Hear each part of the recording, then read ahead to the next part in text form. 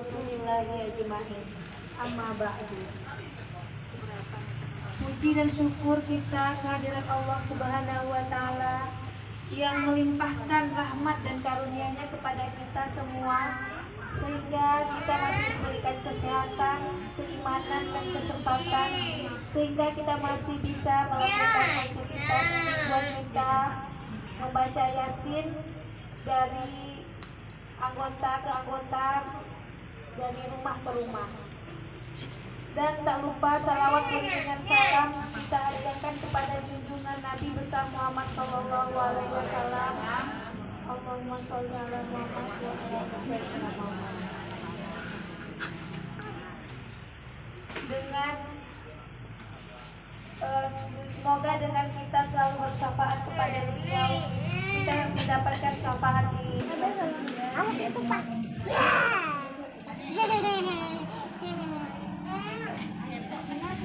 sebelumnya saya ucapkan sudah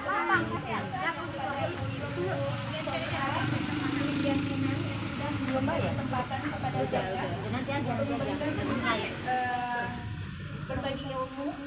Semoga bisa bermanfaat untuk kita semua, terkhusus untuk saya. Amin amin ya rabbal alamin. Puji dan syukur atas kehadiran Allah Subhanahu wa taala yang telah melimpahkan rahmat dan karunia-Nya kepada kita semua, sehingga kita bisa berkumpul dalam majelis ilmu, dalam majelis taklim, agenda wirid yasinan bersama ibu-ibu solihah. Semoga mendapatkan keberkahan dari Allah Subhanahu wa taala. Amin. Salawat beriring salam tidak lupa pula kita selalu hadiahkan kepada junjungan alam yakni Nabi besar Muhammad Sallallahu Alaihi Wasallam, dengan selalu melafazkan Allahumma sholli ala sayyidina Muhammad wa ala ali sayyidina Muhammad. Untuk materi atau tausiah singkat bertema keutamaan menuntut ilmu.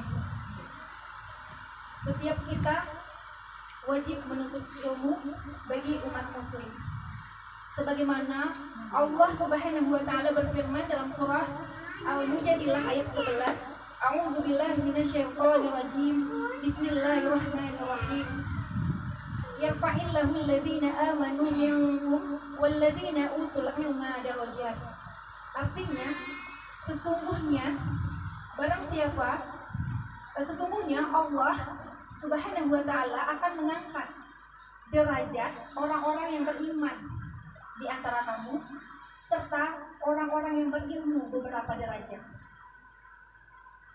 Ibu-ibu solihah yang dirahmati oleh Allah Subhanahu wa taala, kita lihat kisah dari para nabi, kisah dari orang-orang soleh.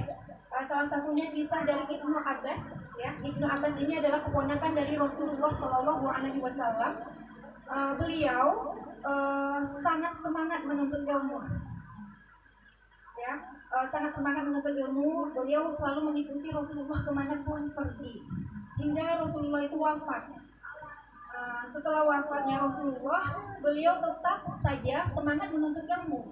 Bahkan dia mendatangi rumah-rumah para sahabat Rasulullah, sampai beliau tidur di depan rumah para sahabat Rasulullah tersebut.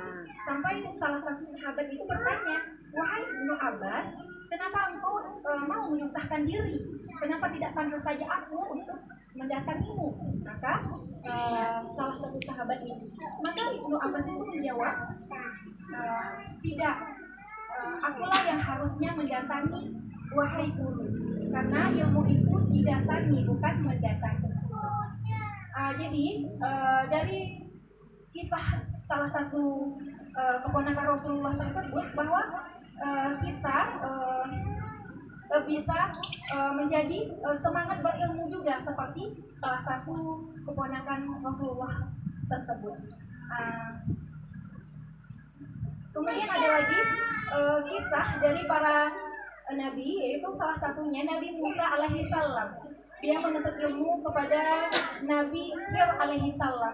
Bahwasanya di sini Allah berfirman dalam surah Al-Kahfi ayat 60 hingga 82, bahwasanya di sini terlihat jelas penjelasannya, semangat dalam menuntut ilmu. Jadi para nabi saja menuntut ilmu, yang udah ilmunya tinggi masih menuntut ilmu. Jadi sehingga tidak ada salahnya kita yang harusnya bersifat rendah hati, tawadu untuk tetap menuntut ilmu meskipun belajar dari orang di bawah kita, ya ibu solihah, hingga belajar dengan orang-orang sekitar kita atau guru-guru kita.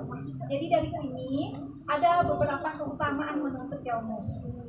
Yang pertama, salah satunya, yang pertama yaitu yang takut kepada Allah hanyalah orang-orang yang berilmu. Ya, dalam surah Fatir ayat 28 Allah berfirman, A'udzubillahi minasyaitonir rajim. Bismillahirrahmanirrahim. Innama yakhsyallaha min ibadihil ulama. Yang artinya, sesungguhnya hamba-hamba Allah yang takut kepada Allah hanyalah orang-orang yang berilmu.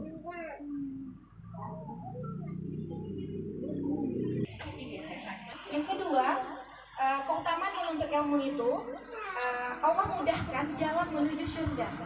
Sebagaimana hadis Rasulullah SAW dalam hadisnya, riwayat hadis Muslim, bahwasanya barang siapa yang menempuh jalan mencari ilmu, maka Allah mudahkan jalan menuju surga. Dan malaikat pun meletakkan sayapnya untuk sebagai tanda ridho kepada penuntut ilmu. Jadi alhamdulillah sekarang ini di tengah kita ada malaikat yang melindungi kita, ada malaikat yang melindungi kita, bahkan dimintai ampun kepada penduduk langit dan penduduk bumi, serta bahkan ikan-ikan di dalam air sekalipun. Jadi ibu-ibu solihah, alhamdulillah terima kasih kepada ibu-ibu yang sudah hadir meringankan langkah kakinya, ya, sehingga dalam majelis ilmu ini kita mudah-mudahan mendapatkan keberkahan karena malaikat juga menyertai kita. Amin ya rabbal alamin. Yang ketiga, keutamaan yang ketiga yaitu akan hidup setelah matinya. Artinya di sini sebagaimana juga hadis Rasulullah SAW, bahwasanya setelah seseorang manusia itu mati akan putuslah amalnya, tapi kecuali 3 hal. Yang pertama, amal jariyah. Yang kedua, ilmu yang bermanfaat. Yang ketiga, doa anak yang soleh. Maka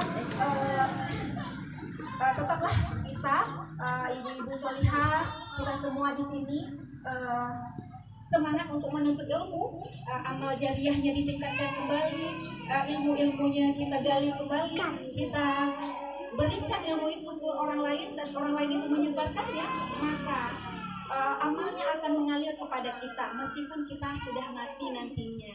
Jadi itu saja yang bisa saya sampaikan. Mudah-mudahan kita menjadi orang-orang yang